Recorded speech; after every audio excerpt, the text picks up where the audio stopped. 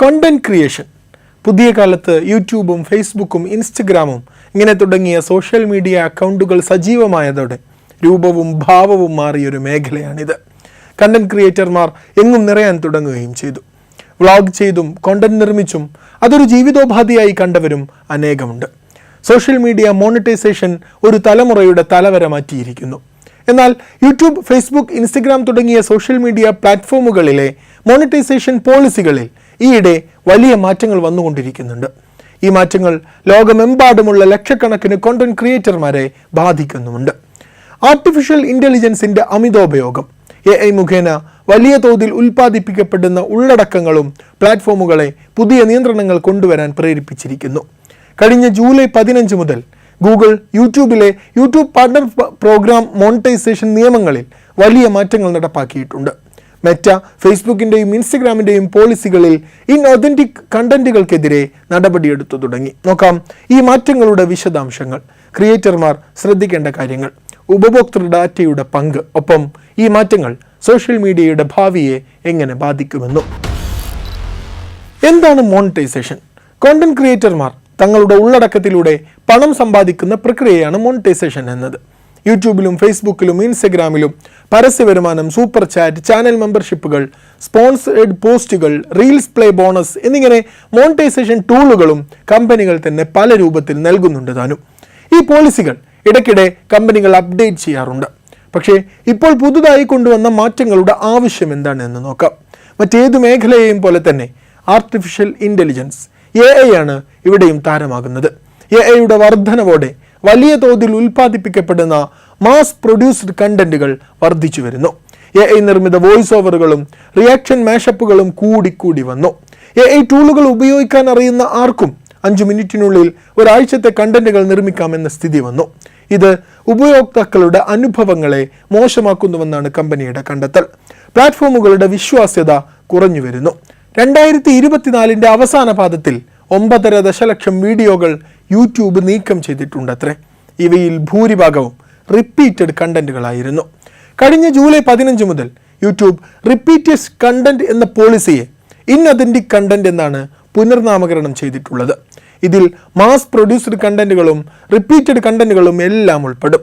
AI ഉപയോഗിച്ച് നിർമ്മിച്ച slide ഷോകൾ, ടെക്സ്റ്റ് ടു സ്പീച്ച് വീഡിയോകൾ, അതോടൊപ്പം കുറഞ്ഞ എഡിറ്റിങ്ങുകളുള്ള റിയാക്ഷൻ വീഡിയോകൾ, ഇവയ്ക്കെല്ലാം മോണിറ്റൈസേഷൻ നഷ്ടപ്പെടും. മെറ്റയും കഴിഞ്ഞ ജനുവരിയിൽ തന്നെ ഫേസ്ബുക്കിൻ്റെയും ഇൻസ്റ്റഗ്രാമിൻ്റെയും മോണിറ്റൈസേഷൻ പോളിസികളിൽ ഇൻഒതൻറ്റിക് ഉള്ളടക്കങ്ങൾക്കെതിരെ നടപടിയെടുത്തിരുന്നു. രാഷ്ട്രീയ ഉള്ളടക്കത്തിനുള്ള നിയന്ത്രണങ്ങൾ കുറച്ചു കൊണ്ടുവരികയും ചെയ്തു. തേർഡ് പാർട്ടി കണ്ടന്റുകൾക്കുള്ള ഫാക്ട് ചെക്കിംഗ് ഒഴിവാക്കി. എക്സ് പ്ലാറ്റ്ഫോമിൻ്റെ അതേ മാതൃകയിൽ കമ്മ്യൂണിറ്റി നോട്ടുകളും അവതരിപ്പിച്ചിട്ടുണ്ട്. യൂട്യൂബിൻ്റെ യൂട്യൂബ് പാർട്ണർ പ്രോഗ്രാം മോണിറ്റൈസേഷൻ നിബന്ധനകൾ ഒന്നുകൂടി കർശനമാക്കിയിരിക്കുകയാണ്. ഒരു ചാനൽ മോണിറ്റൈസ് ചെയ്യാൻ ആവശ്യമായ ബേസിക് റിക്വയർമെൻറ്റുകൾക്ക് പുറമെയാണ് ഇപ്പോഴുള്ള മാറ്റങ്ങൾ. പുതിയ പോളിസി അനുസരിച്ച് മാസ് പ്രൊഡ്യൂസ്ഡ് കണ്ടന്റുകൾക്ക് ക്യാഷ് കിട്ടില്ല. AI നിർമ്മിത വോയിസ് ഓവറുകളോ ഓട്ടോമേറ്റഡ് സ്ലൈഡ് ഷോകളോ കുറഞ്ഞ മനുഷ്യ ഇൻപുട്ടോടെയുള്ള വീഡിയോകളോ ആണെങ്കിൽ മോണിറ്റൈസേഷൻ നഷ്ടപ്പെടും. ആവർത്തന ഉള്ളടക്കം പിടിക്കപ്പെടും. ഒരേ ഫോർമാറ്റിൽ കുറഞ്ഞ മാറ്റങ്ങളോടെ ഒന്നിലധികം വീഡിയോകൾ അപ്ലോഡ് ചെയ്യുന്ന ചാനലുകൾ ഉണ്ടെങ്കിൽ അതെല്ലാം ഡീമോണിറ്റൈസ് ചെയ്യപ്പെടും. എന്തെങ്കിലും വാല്യൂ ചേർത്താലേ ഇനി കാര്യമുള്ളൂ എന്നർത്ഥം. റിയാക്ഷൻ വീഡിയോകൾ, ക്ലിപ്പ് കമ്പലേഷനുകൾ ഇവയെല്ലാം പ്രത്യേകം നിരീക്ഷിക്കപ്പെടും. തേർഡ് പാർട്ടി കണ്ടന്റുകൾ, കമൻ്ററി, എഡിറ്റിംഗ് എന്നിവ ചെയ്യുമ്പോൾ ഇനി സൂക്ഷിക്കേണ്ടി വരും. എന്തെങ്കിലും അധിക മൂല്യങ്ങൾ ചേർത്താൽ മാത്രമേ മോണിറ്റൈസേഷൻ അനുവദിക്കൂ. ഉദാഹരണത്തിന്, ഒരു ക്രിയേറ്റർ AI സഹായത്തോടു കൂടി ടോപ്പ് 10 ലിസ്റ്റുകൾ ഉണ്ടാക്കി ഒരേ ഫോർമാറ്റിൽ 50 വീഡിയോകൾ അപ്ലോഡ് ചെയ്യുന്നുവെന്ന് വിചാരിക്കുക. ഈ വീഡിയോകളെല്ലാം ഡിമോണിറ്റൈസ് ചെയ്യപ്പെടും. എന്നാൽ ഒരു ക്രിയേറ്റർ ഒരു വാർത്താ ക്ലിപ്പിന് യഥാർത്ഥ കമൻ്ററിയൊക്കെ ചേർത്ത് അത് വിശദീകരിച്ച് സംസാരിക്കുകയാണെങ്കിൽ അത് മോണിറ്റൈസേഷൻ അർഹതയുള്ളതാവുകയും ചെയ്യും. ഇതോടെ ക്രിയേറ്റർമാർ ശ്രദ്ധിക്കേണ്ട പല കാര്യങ്ങളുമുണ്ട്. യൂട്യൂബ് സ്റ്റുഡിയോ ഉപയോഗിച്ച് നിലവിലുള്ള വീഡിയോകൾ പരിശോധിക്കണം. ആവർത്തന ഉള്ളടക്കങ്ങൾ ഒഴിവാക്കണം. യഥാർത്ഥ ഉള്ളടക്കങ്ങൾ മാത്രം ഉൽപ്പാദിപ്പിക്കണം. AI ഉപയോഗിക്കുന്നുണ്ടെങ്കിൽ തന്നെ ഒറിജിനൽ ഇൻപുട്ട് ചേർക്കണം. സ്വന്തം വോയിസ് ഓവറും എഡിറ്റിങ്ങും ഒക്കെ ഉൾപ്പെടുത്താം. മെറ്റ ഫേസ്ബുക്കിൻ്റെയും ഇൻസ്റ്റഗ്രാമിൻ്റെയും മോണിറ്റൈസേഷൻ പോളിസികളിൽ കൊണ്ടുവന്ന മാറ്റങ്ങൾ കൂടി ശ്രദ്ധിക്കണം. സ്പാം പോസ്റ്റുകൾ, ആവർത്തന ഉള്ളടക്കങ്ങൾ അല്ലെങ്കിൽ കുറഞ്ഞ മൂല്യമുള്ള പോസ്റ്റുകൾക്കെല്ലാം മോണിറ്റൈസേഷൻ നഷ്ടപ്പെടും. എന്നാൽ അഡൽട്ട് കണ്ടന്റ് അടക്കമുള്ള വിഷയങ്ങളിൽ നിയന്ത്രണങ്ങൾ കുറച്ചു കൊണ്ടുവരികയാണ് ചെയ്തിട്ടുള്ളത്. ഇതൊരുപക്ഷെ ഉപയോക്താക്കളുടെ ഫീഡുകളിൽ കൂടുതൽ വിവാദ ഉള്ളടക്കങ്ങൾ കാണാൻ പോലും ഇടയാന്നേക്കാം. ഒരു ഫേസ്ബുക്ക് പേജിൽ ഒരേ ഫോർമാറ്റിൽ 10 പോസ്റ്റുകൾ അപ്ലോഡ് ചെയ്യുന്നുണ്ടെങ്കിൽ അവയുടെ മോണിറ്റൈസേഷനും നഷ്ടപ്പെടും.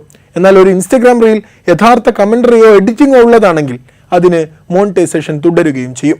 ചില കണക്കുകൾ പ്രകാരം മെറ്റ 10 ദശലക്ഷം വ്യാജ ക്രിയേറ്റർ പ്രൊഫൈലുകൾ പോലും നീക്കം ചെയ്തിട്ടുണ്ട്. റിപ്പീറ്റഡ് കണ്ടന്റ് പോസ്റ്റ് ചെയ്യുന്നവർക്ക് മോണിറ്റൈസേഷനും റീച്ചും നഷ്ടപ്പെടുമെന്ന് മുന്നറിയിപ്പും നൽകിയിട്ടുണ്ട്. മെറ്റയുടെ ബിസിനസ് മോഡൽ തന്നെ ഉപയോക്തൃ ഡാറ്റയെയാണ് ആശ്രയിക്കുന്നത്. പ്രത്യേകിച്ച് ടാർഗറ്റഡ് അഡ്വർടൈസിംഗിന് ഉപയോക്താക്കളുടെ ഡാറ്റ നന്നായി ഉപയോഗിക്കുന്നുണ്ട്. പുതിയ മോണിറ്റൈസേഷൻ പോളിസിയിൽ വന്ന മാറ്റങ്ങൾ ഡാറ്റ പോളിസികളിൽ നേരിട്ടുള്ള മാറ്റം ഉണ്ടാക്കിയിട്ടില്ല എങ്കിലും ഉപയോക്താക്കൾ തങ്ങളുടെ സ്വകാര്യതയെക്കുറിച്ച് ശ്രദ്ധിക്കണമെന്ന മുന്നറിയിപ്പ് നൽകിക്കൊണ്ടേയിരിക്കുന്നുണ്ട് കമ്പനി. ലക്ഷക്കണക്കിന് വെബ്സൈറ്റുകളും ആപ്പുകളും വഴി മെറ്റ ഉപയോക്തൃ ഡാറ്റ ട്രാക്ക് ചെയ്യുന്നുണ്ട്. ഉപയോക്താക്കളുടെ പെരുമാറ്റം, താൽപ്പര്യങ്ങൾ, ലൊക്കേഷൻ എന്നിവയെല്ലാം ശേഖരിക്കുന്നുണ്ട്. യഥാർത്ഥ ഉള്ളടക്കം ഉൽപ്പാദിപ്പിക്കുന്ന ഒറിജിനൽ കണ്ടന്റുകൾ സൃഷ്ടിക്കുന്ന ക്രിയേറ്റർമാർക്ക് ഈ മാറ്റങ്ങൾ അനുകൂലമാണ്.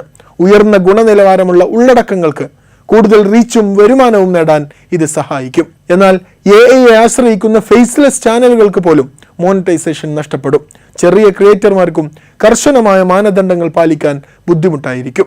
സോഷ്യൽ മീഡിയ പ്ലാറ്റ്ഫോമുകൾ ഒറിജിനൽ ഉള്ളടക്കത്തിന് കൂടുതൽ പ്രാധാന്യം നൽകുകയാണ്. സ്വന്തം ശബ്ദവും ശൈലിയും വീക്ഷണവും ഉപയോഗിച്ച് ഉള്ളടക്കം വ്യത്യസ്തമാക്കിയാലേ ഇനി കാര്യമുണ്ടാകൂ. മൂല്യങ്ങളുള്ള എന്തെങ്കിലും കണ്ടന്റുകളിൽ വേണ്ടിവരും. വലിയ തോതിൽ ഉള്ളടക്കങ്ങൾ ഉൽപ്പാദിപ്പിക്കുന്നതിന് പകരം ഗുണനിലവാരത്തിന് മുൻഗണന നൽകേണ്ടി വരും.